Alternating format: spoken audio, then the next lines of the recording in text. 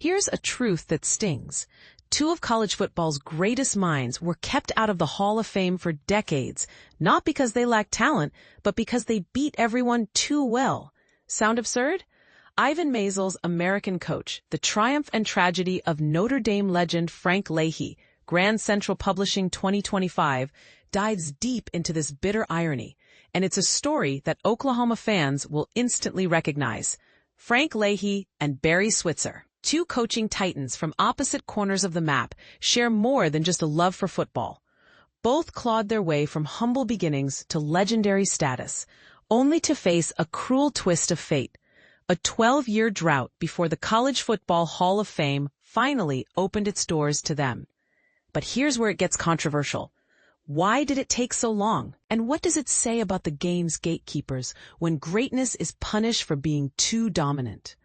Leahy, the tough Irish farm boy from Nebraska and South Dakota. And Switzer, the Arkansas bootlegger's boy, who turned Sooner magic into a dynasty, are separated by geography, era, and personality. Yet their journeys mirror each other. Both rose from poverty, Leahy through prize fighting, Switzer through grit and charm. And both built programs that terrified rivals. Leahy's Notre Dame teams went 39 games unbeaten between 1946 to 1950. Switzer's Oklahoma Sooners strung together 30 wins from 1973 to 1975. Their winning percentages? Leahy, .864, Switzer, .857. Both outperformed nearly every coach in history. And yet, for over a decade, the Hall of Fame committee refused to honor them. As Maisel reveals in a 365 Sports interview, it wasn't about their records. The other coaches didn't like him. One insider admitted, he beat them too badly. Maisel's meticulously researched biography resurrects Leahy's legacy, painting a portrait of a man driven by an obsession to win. At Notre Dame, Leahy won 4 national titles, pioneered innovative tactics, like fake injuries to stop the clock, and inspired fierce rivalries. His clashes with figures like Fritz Chrysler and Red Blake weren't just about football.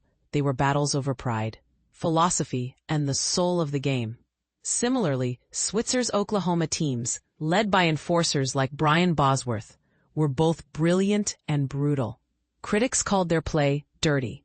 Fans called it dominance. But this is the part most people miss. Leahy and Switzer weren't just victims of snobbery. They were also architects of their own reputations. Leahy's aloofness and Switzer's renegade persona made them targets in a sport obsessed with image. The book also weaves in a fascinating subplot, the tangled history between Leahy, Bud Wilkinson, and the split-T offense. In 1951, Leahy borrowed Wilkinson's iconic formation to shock Oklahoma, a team Wilkinson had just led to its first national title. A 1952 clash, where OU's Billy Vessels set a Notre Dame opponent record with 195 rushing yards, became a turning point in both men's careers. Vessels' heroics earned him the Heisman, while the loss haunted Switzer, then an assistant, and fueled his hunger for revenge. Maisel even recounts a hilarious encounter between Leahy and Mickey Mantle, where the slugger boasted about beating Notre Dame, only to face down the man who'd make good on that promise. But American Coach isn't just about glory. It's a cautionary tale. Leahy, the workhorse who once swept gym floors for 40 cents an hour, burned out by 45. His relentless drive, winning at all costs, cost him his health and legacy. Today's college football landscape, where $5 million contracts and name, image, and likeness deals dominate, feels light years away from Leahy's world. Back then, a scholarship was a lifeline. Now, athletes treat schools like stepping stones. Maisel's genius lies in juxtaposing these eras, asking, what does the game lose when we forget the grit of the past? And this is the part that sparks debate. Was Leahy's exclusion a badge of honor or a disgrace? Should the Hall of Fame prioritize stats over politics? Share your thoughts below.